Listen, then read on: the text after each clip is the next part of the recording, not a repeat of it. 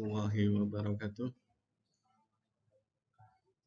Syukur alhamdulillah karena izinnya, karena nikmatnya kita masih diberi kesempatan untuk berkuliah meskipun tidak tatap muka. Kemudian salawat serta salam semoga tetap berlimpah curahkan kepada junjungan kita Nabi besar Muhammad SAW, Nabi yang menjadi panutan kita semua dan yang diharapkan syafaatnya nanti di hari akhir. Kali ini kami kelompok 11 ya, 11 atau 12 kita nggak tahu, kita terdiri dari saya sendiri, Saiful Abdul Basri, ada Mas Muhammad Holikun dan Mas Desatrio. Itu akan mempresentasikan tentang eksistensi rukun iman dengan perkembangan ISQ dari guru itu sendiri. Kemudian yang pertama kita bahas adalah pengertian ISQ. ISQ itu sebenarnya kependekan dari kecerdasan intelektual atau IQ. Kemudian ada emotional quotient atau kecerdasan emosi, dan yang SQ-nya adalah spiritual, kecerdasan spiritual quotient.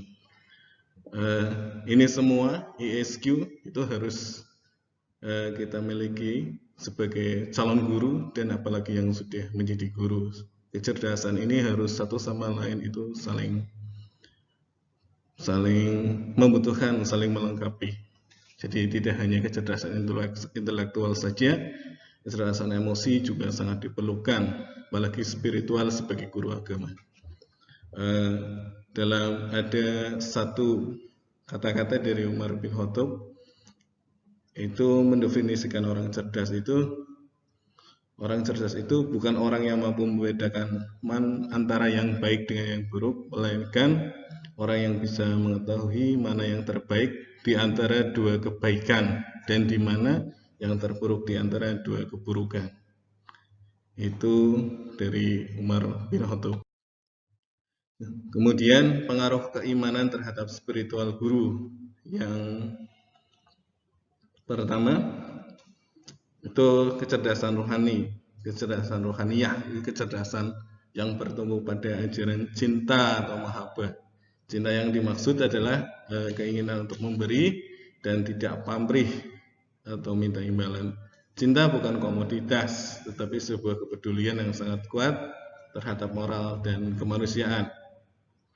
Mereka yang cerdas secara rohaniyah itu adalah tipikal jiwa yang tenang atau nafsul mutmainah, karena mereka sadar bahwa hidup hanyalah kedipan mata, bergerak kemudian diam, gemuruh lantas senyap, hidup untuk mengabdi, untuk kemudian mati abadi. Dengan demikian, mereka senantiasa menampilkan sosok dirinya yang penuh moral cinta dan kasih sayang, yaitu mencintai dan ingin dicintai oleh Allah Subhanahu wa Ta'ala. Sehingga dimanapun mereka berada, mereka merasa dimonitor oleh kamera ilahiyah. Kemudian kecerdasan takwaan itu ada 3 dimensi yang penting dalam takwa atau membangun kecerdasan takwa, yaitu sebaik-baik bekal hidup adalah takwa, semulia-mulianya kedudukan seseorang di sisi Allah adalah karena takwanya. Orang yang bertakwa akan mendapatkan jalan keluar, insyaallah. Kemudian berikutnya pengaruh pemahaman iman terhadap mentalitas guru.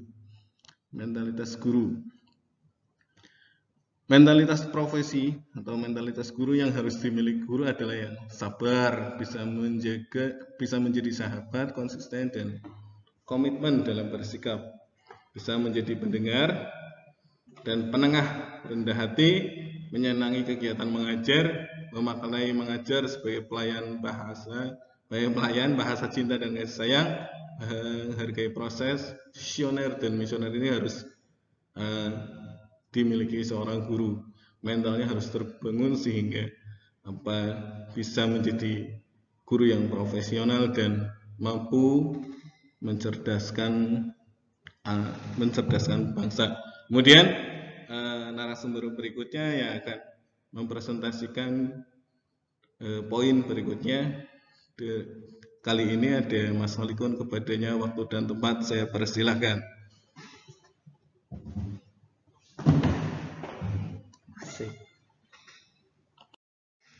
Baik, saya Muhammad Malikun akan menerangkan materi selanjutnya, yaitu pengaruh pemahaman iman terhadap emosional guru.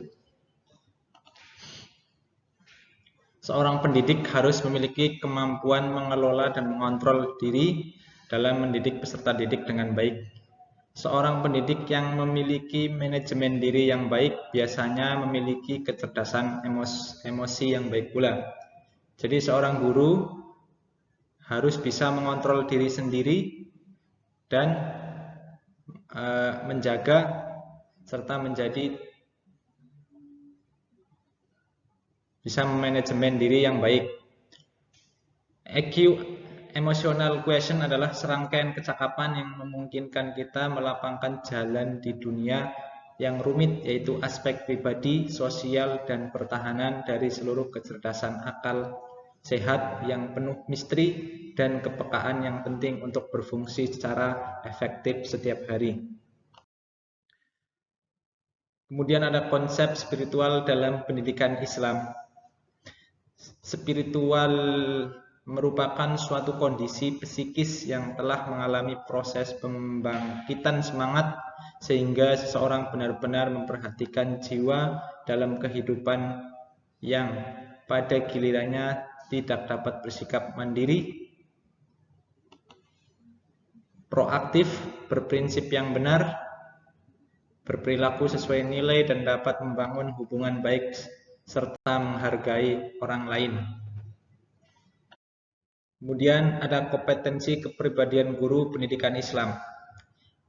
Ini sudah tertuang di dalam Undang-Undang Republik Indonesia Nomor 20 Tahun 2003 tentang Sistem Pendidikan Nasional.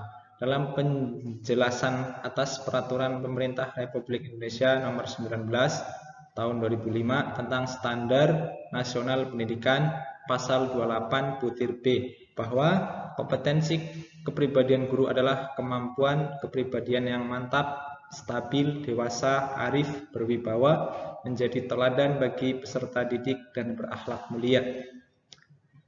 Kemampuan kepribadian yang mantap yaitu simpatik, menarik, dan luwes, penggembira, pembaharu, terbuka. Kemudian stabil yaitu sabar, disiplin, komitmen, atau keteguhan hati.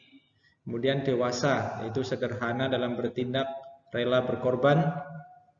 Kemudian arif yaitu kita sebagai pendidik harus arif atau bijaksana. Kemudian berwibawa yaitu adil, jujur, dan objektif. Kita harus sebagai pendidik harus jujur, tidak boleh berbohong. Kemudian adil, tidak tebang pilih kepada peserta didik.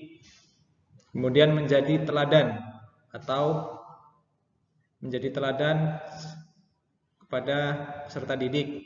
Kemudian berakhlak mulia. Itulah presentasi dari kami. Apabila ada banyak kesalahan, kami mohon maaf yang seikhlas-ikhlasnya. Wassalamualaikum warahmatullahi wabarakatuh.